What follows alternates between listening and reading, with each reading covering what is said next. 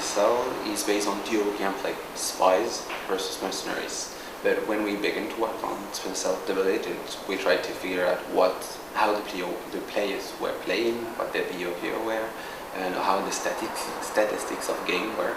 And we noticed that new people play 2 or 3 games and then just stop because it's so hard, so challenging for them. But people that like it and people that know how to play, they play long nights every time. So that was a problem for us because we knew that so many people buying the single player and playing the single player, and so restricted base of multiplayer fans was a bit frustrating for us. So our main job was to make sure that every people that play Splinter Cell single player could be able to have fun in 15 minutes to Splinter Cell multiplayer, and that was the main objective. But you cannot dumb down the game, cannot reduce it. And the second objective though was to keep the depth and make sure that it's gonna be, after 5,000 games, as fun as the first one. A lot of testing included for everything, map balancing, it's always testing. In Nancy we've got a room where every day 60 new people come, play, give them their feedback and then leave, and new people come. That's really the way it happens. But basically the way we did the map was first to think how the level design could help the accessibility issue.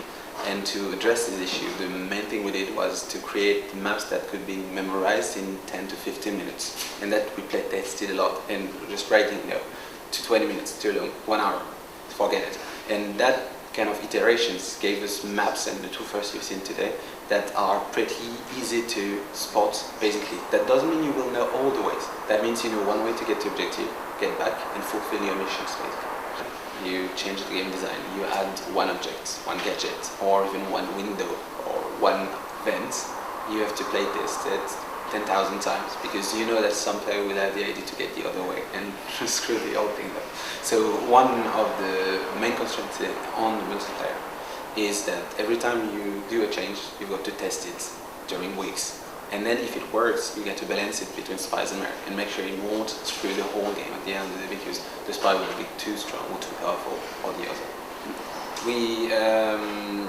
We mix co-op and versus, basically, and for a single reason, main reason, we've got 3 versus 3. That means a lot of team strategies. And we work on something that makes sure that when you play, the only winning strategy for skilled players against skilled players is going to be to work 2 and 3, and not to work as a single spy or single mercenary.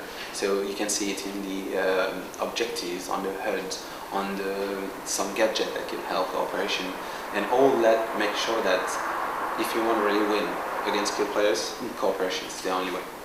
When you are free, it means every time you can change your strategy, go with one or another, go there at 2 or single, and share the objectives or not. And that's probably one of the main layer of depth here, is the way that every time your strategy has to be adapted to the mercenary or spy strategy against you, and that makes a lot of different games.